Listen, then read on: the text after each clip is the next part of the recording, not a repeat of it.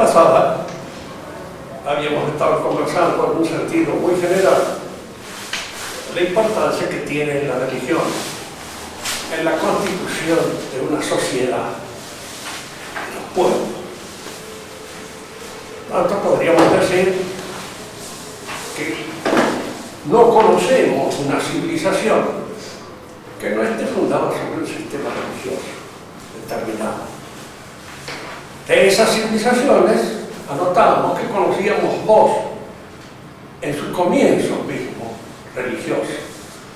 La civilización hebrea, que comienza con el llamado, la convocación de Abraham, y la civilización nuestra, que comienza con Cristo y se realiza en torno a este grupo que Cristo organiza y que funda la Iglesia. Poco a poco, esta civilización se va a ir extendiendo sobre la cuenca del Mediterráneo. Diríamos que en el principio esta extensión es precária. Es con el tiempo como se logra alcanzar un poder y una extensión mucho más grande que la se suponía en el principio, en el comienzo. Por ahora no vamos a entrar nosotros en el desarrollo de la civilización cristiana. Vamos a examinar el mundo en el cual esta civilización se imprime. Habíamos dicho que no se imprime sobre el mundo hebreo. No toma como principios de su constitución social los principios propios de la sociedad hebraica antigua. Toma los principios de la civilización greco-latina. Y es la civilización greco-latina la que provee a nuestra civilización de aquellas instituciones fundamentales que la van a constituir. Lo único que nuestra civilización aporta a la civilización hebrea en un primer momento de distinto es la organización de la familia. Fíjense, no es porque la civilización greco-latina no estuviera fundada sobre una organización familiar monogámica, sí lo estaba. Era. De hecho, cuando había así una cierta poligamia en algunas familias poderosas, son en razón de la guerra y de la esclavitud, más que nada. No porque eso fuera lo legítimo. No dejaba de ser legal, pero no era legítimo. Lo legítimo era el matrimonio monogámico. Y nosotros tenemos, a veces, de ciertos monumentos históricos que nos permiten más o menos penetrar en el contexto de la civilización greco-latina, antigua como son la Ilíada y la Odisea. Allí, por ejemplo, se nos presenta la familia de Ulises, Odiseus, en griego. Ulises es la forma latinizada que se le ha dado al nombre de Ulises. Era una familia de constitución monogámica. Ulises tiene sus aventuras por ahí, pero son aventuras al margen de la constitución familiar. Aquí lo espera Penélope a él. Y Penélope es, de alguna manera, la imagen de la mujer virtuosa de aquella época, que espera a su marido. Tiene la impresión de que él va a volver y de que va a volver a su padre, a su patria. Incluso el asedio de los pretendientes no la conmueve mayormente y espera a su marido hasta que efectivamente él llega y termina con los pretendientes de una manera un poco violenta, pero que indica de alguna manera su retorno a la casa. Cuando uno lee la Ilíada, hay también otra escena donde aparece claramente este carácter monogámico de la familia constituida greco-latina. El padre de Ulises, Telémaco, el hijo también se va a llamar Telémaco, por eso a veces aparecen estas dos nombres, uno como el del padre y otro como el del hijo.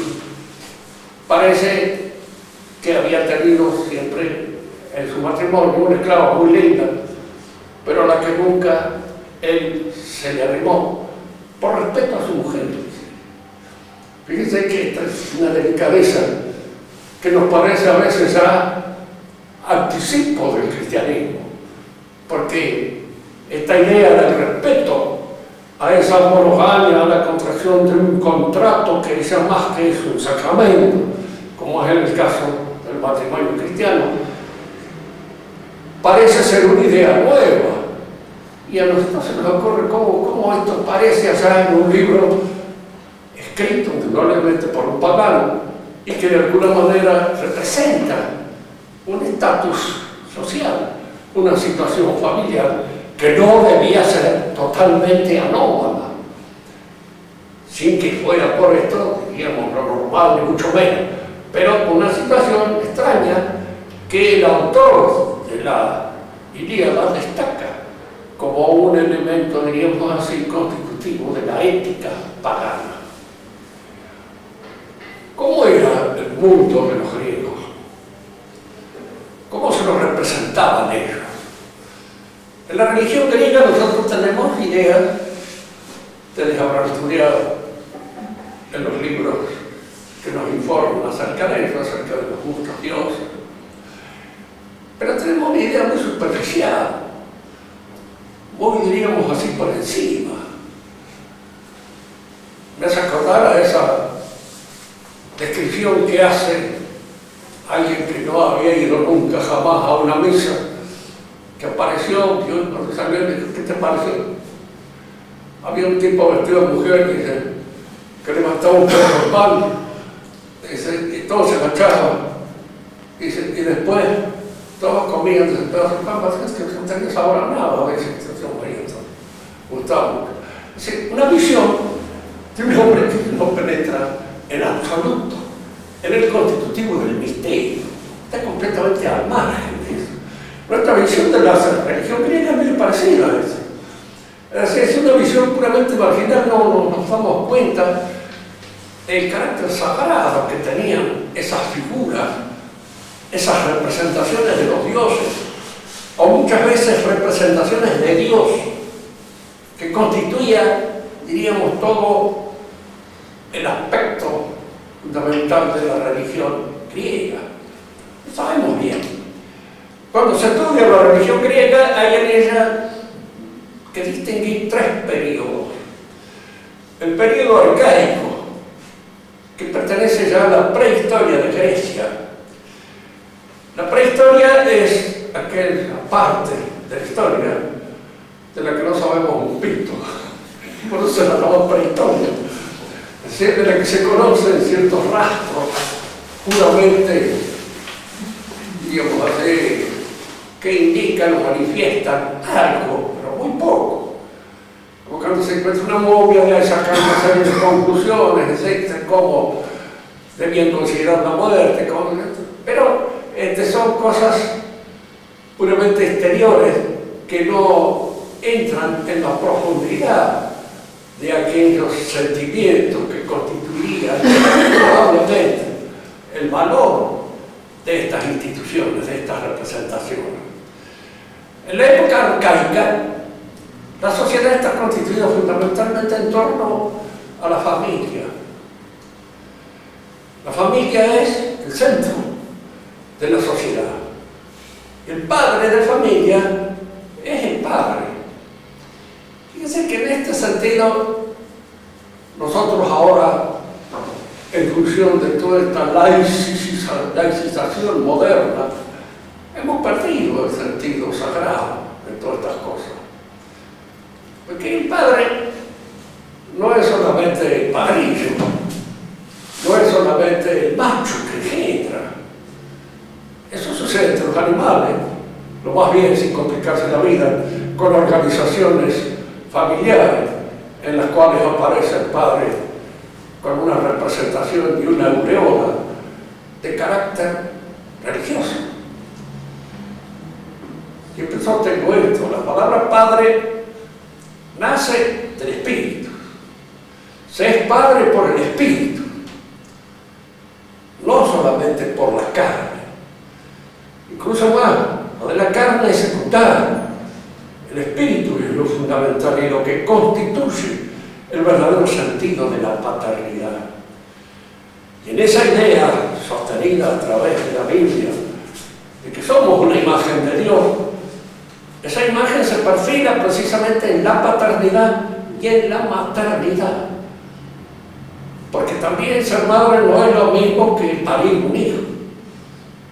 Se pare un hijo, no funciona, si se quiere, puramente animal. Y se lo cuida en los años en que está, de alguna manera, relacionado de inmediato con una necesidad de dar la leche, ¿sí? Pero posteriormente la madre tiene una función en la vida social, como la tiene el padre, que viene de tiempos remotísimos, probablemente de la revelación primitiva, en donde aparece el padre como una figura que representa a Dios en el seno de la familia. Entonces, se me ha preguntado alguna vez por qué la Iglesia no permite que las mujeres sean sacerdotes. Pero la función sacerdotal es fundamentalmente una función paternal, en el sentido espiritual del término, pero es una función paternal, no maternal. E indudablemente la mujer no puede ser padre, aunque tenga mucha vocación para ello. Y hay en algunos casos en que esta vocación se da, pero es como decir que tiene vocación para ser mamá y no puede ser de ninguna manera, porque son varones, aunque no les guste, y aunque no tengan vocación muy fuerte para ellos, pero lo son. Es decir, cuando se legisla, no se legisla nunca sobre la base de las anomalías, se legisla sobre lo que es normal. Y lo que es normal en este caso es que el varón sea padre y que la mujer sea madre. Eso es lo normal. Que ahora haya vocaciones extrañas, nadie dice que no. Y todos de alguna manera nos damos cuenta de que estas vocaciones extrañas existen y que a veces pueden ser útiles en el orden social. Es decir, que el orden social, en alguna oportunidad, me acuerdo que conversando con un viejo comisario de San Juan, yo era agente de tercera, pero trabajaba en el gabinete de identificación, y un día vi que le daban uno más urro al tipo que era vomitar, feo, horrible, bueno, paliza. Entonces le pregunto después a este viejo, el viejo con más cancha que te habla, le digo, pero es necesario esto. Si usted descubre alguna otra manera de conseguir que estos tipos hablen, me avisa. Dice, yo no conozco ninguna otra. La única es esta. Y por esto no podemos enterar de un montón de cosas que de otra manera no nos entenderíamos. No se olvide, me dice, que en la policía los niños de María están de más, como diciendo, vos no tenés vocación para esto, mejor que te vayan y que busques otra profesión. Dice, porque hay que ser un poco duro, dice, para hacer de esta profesión. No lo sigo. Y sabe, dice que en la sociedad, que el tipo que tenía su idea, dice, es como en el adobe, para que pegue, hay que mezclarlo con bosta. Dice, pero que no sea mucho para que no dé mal olor, y al mismo tiempo que sea lo suficiente como para que pueda ligar el barro. Y si en la sociedad pasa a veces lo mismo, tú sabes, ciertos tipos que a lo mejor en otros aspectos de la vida son ligeramente delincuentes o ligeramente ligados porque usted no los tiene para alcanzar aquellos beneficios que necesita alcanzar. Y tenía razón. Los escolásticos llamaban a estas utilidades mere utilia, es decir, que eran meramente útiles, no buenas en sí mismos, pero servían, como el oficio de verdugo. Es un oficio que se lo recomienda uno a nadie, ni creo que con el oficio ese se puede llegar al cielo así nomás. También sí, porque uno puede llegar a arrepentirse de muchas cosas, además no encontrando absolutamente ningún placer en la ejecución del trabajo que debe hacerse, se hace por obligación. En el orden social, diríamos así, muchos de estos elementos que entran en la composición del orden no son moralmente buenos, pero que son necesarios, dada la naturaleza caída del hombre. El hombre es una naturaleza caída y hay que contar con el defecto, hay que contar con la inclinación al crimen, hay que contar con la inclinación al hurto, al robo, al apoderarse del ajeno, etcétera, etcétera, para salir al encuentro de esas inclinaciones con los medios que a veces suelen ser un poco fuertes, compulsivos, pero no tienen más remedio que ser así.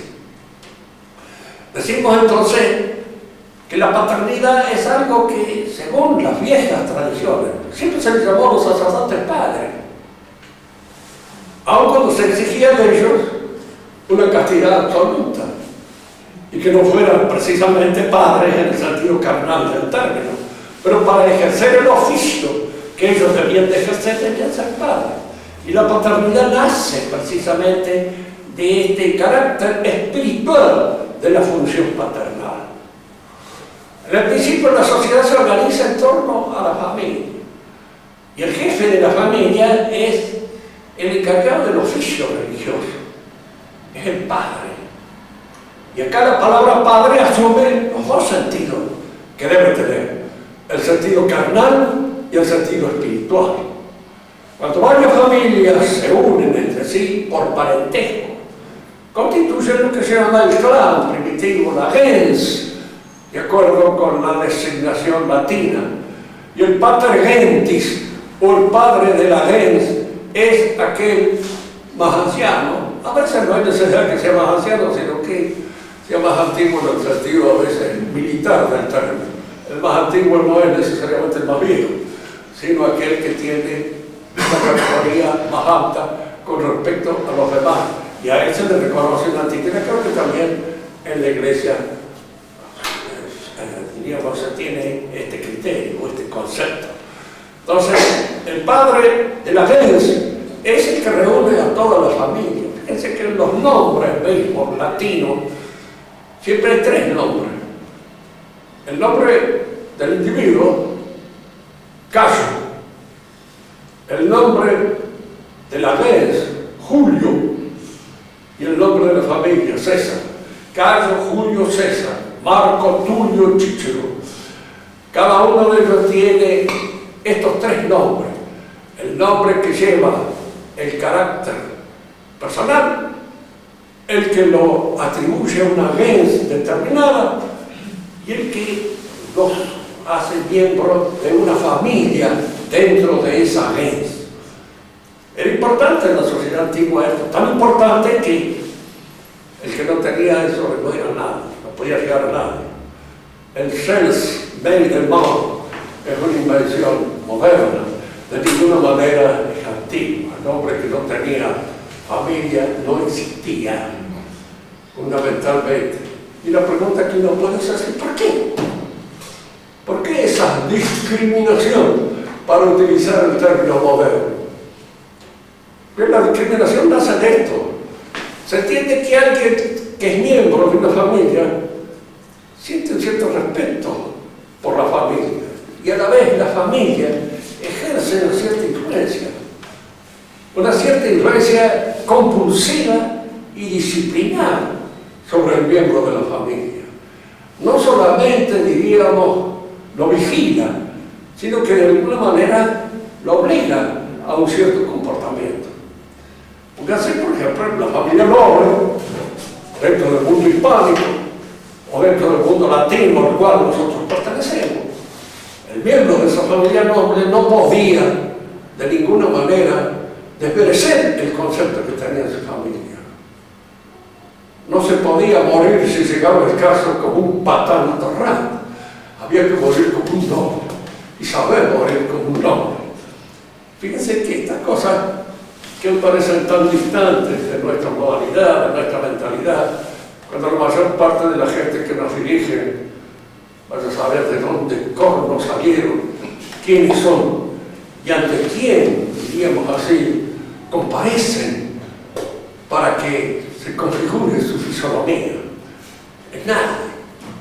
La nada es eso. Por eso cualquier atorrante que viene no tiene absolutamente ningún escrúpulo en llenarse los bolsillos, en robar, en torsionar, en delatar, en hacer cualquier ruindad, porque no tiene que comparecer ante ninguna familia que lo vigile.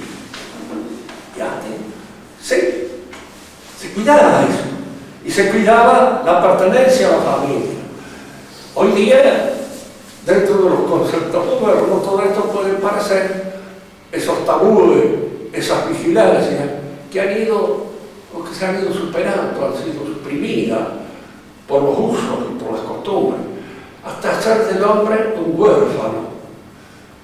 Ya decía el mismo Renan, fíjese que no estoy hablando del padre de la iglesia, era no un cura apóstata como me dice, yo no era cura, había sido seminarista pero no llegó a ser cura y dejó el seminario, perdió la fe y perdió muchas cosas, pero no perdió su inteligencia, y su inteligencia clara con la potencia. Hemos creado un código civil, dice que está pensado por solteros, para huérfanos que deben morir solteros, porque no aparece para nada, diríamos así, la consideración del entorno familiar. La propiedad está en manos de uno, mañana desaparece, y yo les había dicho ya en otra oportunidad que hemos considerado que cuando el hermano de Napoleón Bonaparte fue el rey de Nápoles, considerado el rey de Nápoles, le escribió en una oportunidad a Napoleón: mira, aquí no se puede gobernar si uno no tiene el asentimiento de ciertas familias poderosas del sur de Italia. Acá donde estoy gobernando yo, los Colonna constituyen una familia de 5.000 miembros. No puedo tener un prefecto en ningún lado donde están los Colonna que no les gusten los Colonna, porque al poco tiempo el prefecto está muerto, un tiro, y nadie averigua quién es ni de dónde salió.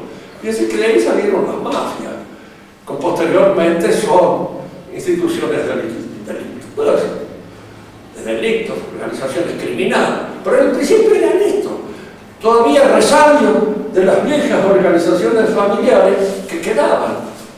Se Napoleón le manda una carta donde le dice la cosa cierta: ponele el código civil nuestro y en 3 generaciones no tenés más familia. Se deshace, porque al dividir la herencia entre todos los miembros de la familia, las herencias quedan sin nada, es decir, desaparecen prácticamente, y no quedan ya esas familias principales teniendo el elemento económico de su asentamiento. Que la familia era pensada como nosotros pensamos a veces el territorio nacional.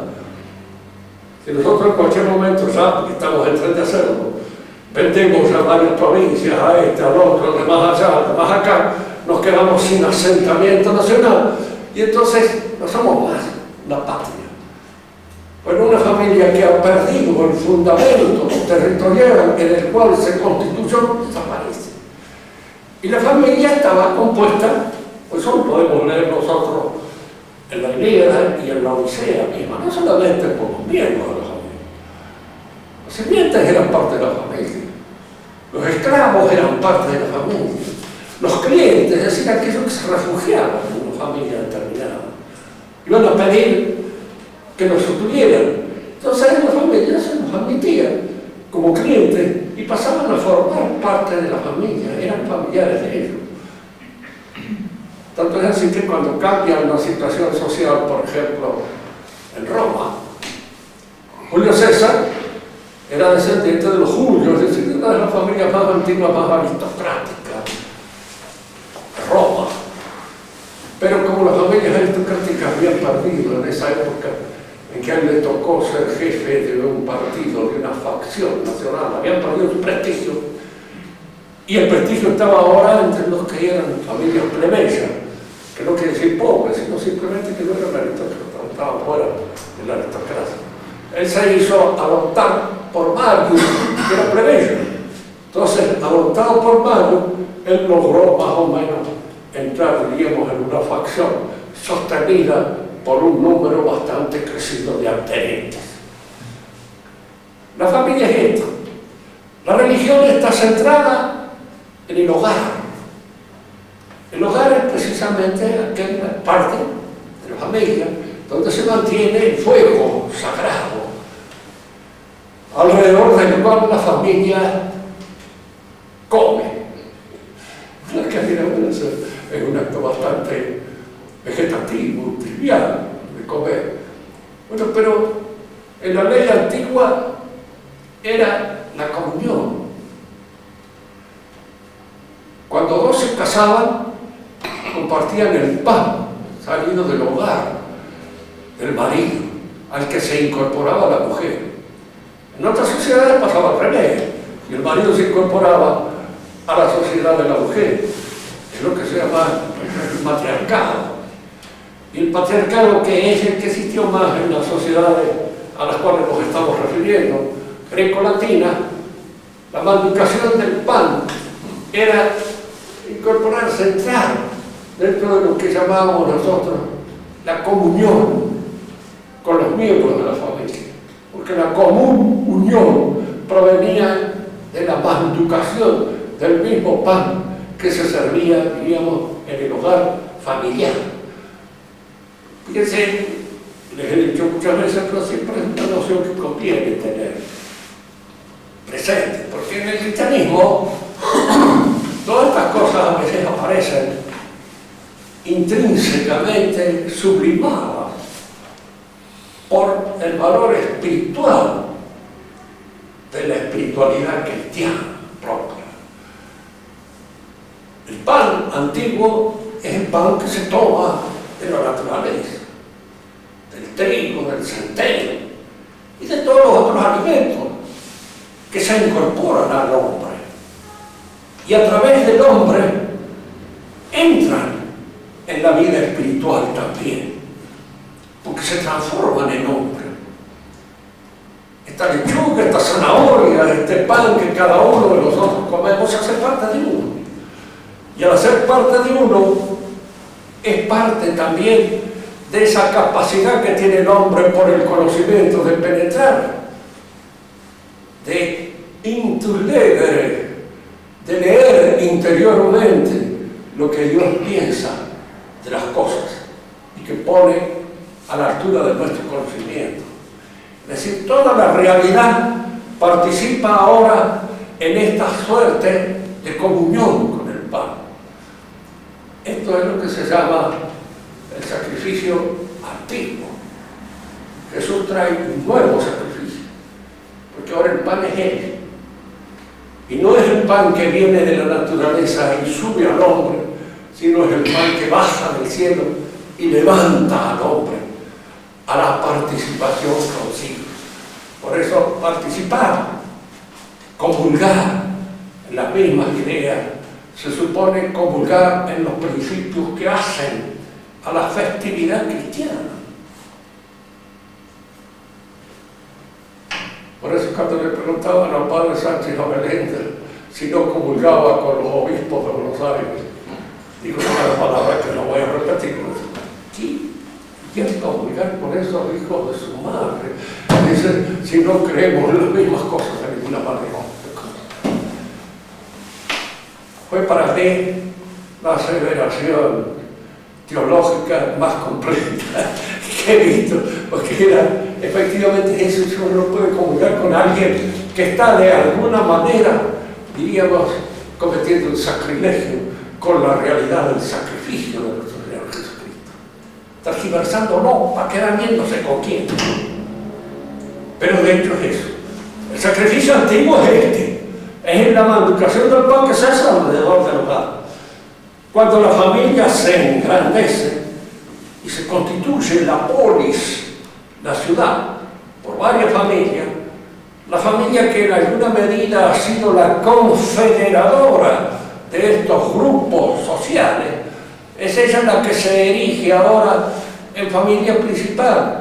Y el pater familia, el pater gentis de esta familia, es el que pasa a ser sumo pontífice. Es una palabra que se emplea en el latín antiguo y que pertenece, diríamos así, a una institución pagana. El sumo pontífice es el maestro de ceremonias máximo en el orden, diríamos así, de la vida religiosa de una comunidad determinada, porque es el que establece el puente, la relación con Dios. Pero esta relación o este puente con Dios se hace desde Dios a través de la familia. ¿Por qué se me ocurre decir esto? Porque indudablemente en el tiempo moderno y a raíz de que el mundo se centra en torno al hombre y no ya en torno a Dios, la religión pasa a ser algo que el hombre ha inventado, que el hombre crea, pasa a ser algo así como una suerte de arte, como una suerte de saber que el hombre inventa por su cuenta. Para el pensamiento tradicional esto es falso, porque el hombre no puede crear el puente que lo une a Dios, a su antojo, a su manera. Esto nace con el protestantismo. Digo esto para ver también cómo en la religión oficial actual este acercamiento al protestantismo va creando una tergiversación de la relación entre el hombre y Dios. Ya no es Dios el que crea la religión, porque si Dios crea la religión y la crea Él, crea una. No 10 para que nos hagamos trizas entre nosotros. Crea una sola, hay una sola. Siempre fue una sola. Una en santa, en católica, en apostólica. No. Decir que los islamitas o los judíos que no reconocen el advenimiento de Cristo tienen la misma religión, completamente falsa. Es una actitud, diríamos así, aconsejada más bien por un criterio político y no por un criterio religioso. Y cuando el que gobierna la religión empieza a ceder más a los criterios políticos que a los criterios religiosos, estamos por esto. Ya no hay que esperar más que la cosa se empeore, porque lo peor está allí. La abominación de la desolación se encuentra en el lugar santo, como consecuencia precisamente de esta tergiversación de los criterios. Papa es el Papa, y cuando procede como Papa, procede bien. Pero cuando procede como Papa, cuando procede como político, procede mal, generalmente. Porque cede a una instigación, a una instancia que no es de criterio religioso, sino que es de criterio mundano, puramente político. La polis se hace entonces a través de la familia, y el que constituye la polis es el sumo pontífice, que es a la vez arconte o rey.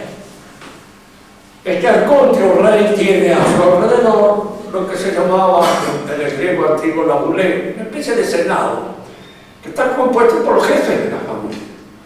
Los jefes de la familia lo ayudan en su carácter de jefe de toda la comunidad y al mismo tiempo lo limitan. Porque esto es lo que a veces la gente que hace historia así para muchachos no se da cuenta. Ellos creen que, qué sé yo, que el rey es un tipo que tiene menos poder que un presidente de la república. A veces, sobre todo si el presidente está apoyado por una gran cantidad de pueblo y que en alguna medida lo convierte en una suerte de dictador que puede cambiar del día a la mañana hasta la constitución de la educación de otro pueblo. Puede influir deformadoramente. Porque hace que aparezca hoy o mañana un tipo como fue Perón, acá en el país, y que tuviera, digamos así, una ambición mucho más grande que la que tuvo Perón, y quisiera cambiar la Argentina, y ya se acabó. ¿Dónde aparecen los cargos? El Alfa Wilder, cuando declara que en el país no se enseña más la religión en las escuelas. Porque eso, por ejemplo, nadie lo podía sospechar de un rey. ¿Por qué? Porque no podía hacerlo. Chocaba con todo el mundo. Y podía apelar a su ejército. Decía, sí, pero el ejército, ¿quién lo constituía? Las familias nobles del país. Así, las familias nobles se oponían. Decían, no sé, no, usted me puede mandar a mí como soldado a ejercer mi oficio de soldado, pero no me puede mandar a que yo persiga a un sacerdote porque yo soy cristiano. Eso se lo podían decir. Y el otro lo entendía. Diríamos entonces que este consejo que se reunía en torno al monarca era un consejo que al mismo tiempo que apoyaba su gestión, la limitaba. Y la limitaba en función de qué? De los usos y de las costumbres hereditarias, familiares, que el jefe, el arconte, el rey, tenían que respetar. Porque era nombrado rey y arconte para gobernar, defendiendo todas esas cosas que existían antes que él. Hay que leer a veces los juramentos de los reyes de Francia, mucho más modernos, por supuesto, cuando hacen el juramento de respetar la religión, de respetar el orden de la familia, de respetar todas aquellas comunidades, incluso comunidades de trabajo, que existían antes de él. Él está así como un gobierno subsidiario, para subsidiar cuando acá hace falta hacer algo que no se puede hacer desde la familia. Entonces nace el monarca, pero no para sustituirlo, no para convertirlo en otra cosa, no para declarar, por ejemplo, la ley del divorcio, por el cual se destruye el vínculo familiar legítimo. Se legaliza la ley del divorcio, como se puede legalizar hoy mañana la ley del aborto, que es como legalizar, digamos, hacer un crimen. Listo. Y eso lo puede hacer el presidente, lo puede hacer con apoyo del Senado o sin apoyo del Senado, depende de la cantidad de gente que lo apoya. Por el rey no lo podía hacer. ¿Por qué? Porque no es cristiano.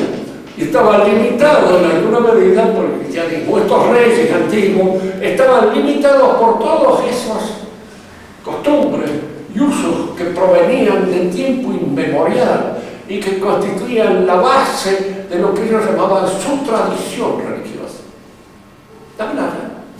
No podían hacerlo. La paz entre otros pueblos se constituía en primer lugar como una paz de oro, la paz de los dioses, la paz que había que establecer entre los dioses de unos y los dioses de otros. Por eso era muy común el que ciertas polis adoptaban dioses de otros polis cuando entraban en una posición pacífica con ellos. Dicen que esto es lo que a veces hace entrar a uno en pequeñas observaciones para notar esto. Cuando el cristianismo se impone como religión, no quiere nunca entrar en composición con otras religiones. Los jefes del Estado romano, los emperadores, ¿sí? ¿Por qué no? Acá está Júpiter, acá está Zeus, acá está esto. ¿Por qué no entra el Dios de ustedes también juntos? Nosotros lo aceptamos. Eran tolerantes en ese sentido. Los que eran intolerantes los cristianos. ¿Por qué? Porque esa composición les parecía un sacrilegio, absurdo, estúpida desde todo punto de vista. Había un solo Dios, y ese solo Dios es el que de alguna manera constituye el fundamento del orden social en el cual nosotros nos ubicamos. Al principio, entonces, estas organizaciones obedecen a una instancia que es tradicional. Para nosotros también sí, veremos cómo. Para nosotros también. Cada sociedad tenía en el padre el representante de Dios. El padre era el representante de Dios. El sumo pontífice era el padre de todas esas organizaciones que constituían la polis. Él era el representante de Dios. Y la idea de que vendría en alguna oportunidad un Dios a proclamarse a la vez Dios y sacerdote, rey y sacerdote, era una idea que estaba en el consenso. Diríamos que el cristianismo no sorprendió tanto como uno a veces supone. Piensen ustedes en el discurso de San Pablo en el Areópago de Atenas, cuando le dice a Rico en representación del Dios desconocido, que había un monumento al Dios desconocido, al Dios que todavía ellos no conocían, pero que en alguna manera presentían, pero no presentían porque era un presentimiento interior, sino presentían porque a través de todas las tradiciones religiosas les están anunciando la llegada del sacerdote rey, que era cada uno de los reyes sacerdotales que constituían, diríamos así, la ciudad. Fíjense en esta pequeña ceremonia que hace a la organización y a la constitución de la sociedad. Se plantaba siempre un árbol en el centro de la sociedad. Ese era el centro del mundo, un bilicum mundi, decían los romanos, el ombligo del mundo, estaba allá. Y entonces el sacerdote que representaba y que seguía la ceremonia era un sacerdote que representaba a Dios de todos, y al Dios que era Dios, rey y sacerdote. Así es lo que se va a reclamar nuestro Señor Jesucristo. Él es el rey y el sacerdote por antonomasia. No estamos en las tradiciones antiguas. Deformado, echado a perder por una serie de elementos de composición distinta que son los que penetran en la mente del hombre de aquella época. Y ahora es donde entramos, por lo menos, a dejar configurado el panorama de lo que vamos a exponer con más detenimiento en la próxima clase. La filosofía. ¿Qué es? Es un movimiento que nace con Sócrates. Su objetivo fundamental, dentro de lo que yo alcanzo a entender, es precisamente buscar qué es lo que constituye la naturaleza de la divinidad, que a través de los poetas y a través de los distintos sacerdocios que se han dado en la comunidad ha sido echada a perder, ha sido desfigurada. ¿Cómo podemos reconstituirla? Piensen ustedes en dos cosas. Para nosotros está la tradición sostenida por la Iglesia, que es de carácter divino, viene de Dios. Para nosotros recomponer la situación religiosa que actualmente está tan comprometida es volver a la fuente, porque la tenemos, está en la enseñanza y en el magisterio ordinario de la Iglesia, ahí está. Pero los antiguos no tenían eso. ¿Por qué? Porque no existía algo semejante a lo que fue la Iglesia católica. Las distintas orbes religiosas que se daban, campaban cada una por su fuego. Algunas se lo representaban a Júpiter de una manera, otros de otra, a este dentro, el otro de otra manera, etc. No había unidad. El movimiento filosófico nace en búsqueda del centro divino. ¿Qué es lo que realmente es digno de la divinidad? Es la pregunta que hace Sócrates. Eutifrón, que es el representante de la iglesia oficial en ese momento, o de la religión oficial de Atenas. En este diálogo nosotros vemos cuál es el propósito fundamental de la filosofía, la búsqueda del centro divino. Pero no tienen seguridad. La razón lo busca mediante un razonamiento, una argumentación de carácter filosófico para alcanzar ese centro divino. Y la pregunta que a nosotros se nos puede ocurrir ahora es esta: ¿por qué eso nace precisamente en Grecia y se da con carácter todavía más preciso en Atenas? Les dije una vez que Atenas, antes de ser una gran ciudad, ni mucho menos, cuando era una miserable aldea en la península ártica, adoraba ya a la reina de la inteligencia, es decir, a la inteligencia divina. A la inteligencia divina. ¿De dónde habían sacado eso? De su tradición, de la tradición religiosa.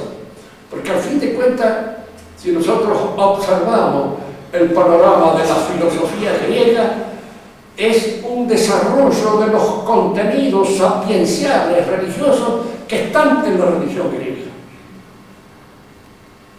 Dos palabras nos van a indicar esto. ¿Por qué los griegos llamaban al mundo cosmos? Ustedes saben que la palabra cosmos quiere decir orden. Un orden supone una distribución distinta de partes de acuerdo con un principio. Y ese principio, ¿quién lo daba? ¿Quién lo establecía para establecer el orden cósmico? Pues son principios divinos. Esta idea estaba en el fundamento de las creencias griegas. Y esta idea es la que va a dar nacimiento ahora a la filosofía griega. Nosotros llamamos filosofía a todos los movimientos intelectuales que nacen con Descartes, se apoyan en Kant, culminan en Hegel y luego empiezan a descender en los, diríamos así, seguidores de Hegel, que constituyen eso que llamamos el neomodernismo. Y aquí sucede todo al revés. El neomodernismo consiste precisamente en deshacer, en descuartizar, en laicizar, en naturalizar todo lo que constituye el acervo de la religión cristiana. Pero es la religión cristiana la que está sirviendo de fundamento y de base. Lo vamos a ver en otra oportunidad con más extensión. Pero ahora nos interesa indicar esto. La filosofía nace con este propósito. Por eso cuando alguien me dice Kant un filósofo, Descartes un filósofo, Hegel un filósofo, no, son ideólogos. ¿Y quién dijo que eran ideólogos? Marx. Don Carlos Marx, como decían los gallegos. Don Carlos Marx. Él fue el que dijo que... ¿Y tenía razón? Sí. Entre muchas cosas que ha tenido razón. Porque no se olviden nunca de que él es un falso profeta. Y un falso profeta es falso, pero es profeta. Es decir, en alguna medida está diciendo cosas que son reales, efectivas, verdaderas. Cuando él señala al estamento burgués como el estamento revolucionario por antonomasia, indica y señala al mismo tiempo que aquello que provoca la revolución es la adoración del dinero. ¿Quién dice que no? Es así. Eso es cierto. El becerro de oro, ya eso está indicado de alguna manera en la Biblia, en sus comienzos. Vamos en las clases que vienen a examinar cómo surge la filosofía, cómo se impone y cómo va buscando precisamente este centro divino.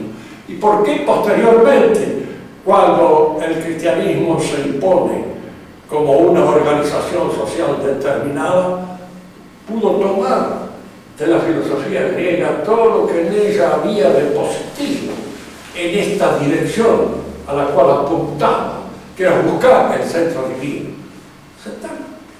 Platón fue incorporado completamente, a veces no muy bien surcido con los elementos de la fe, pero sirvió, tanto que cuando hablemos ahora de Platón, la próxima clase, veremos de qué manera esta filosofía o este pensamiento puede ser incorporado al pensamiento tradicional cristiano. ¿Alguna pregunta?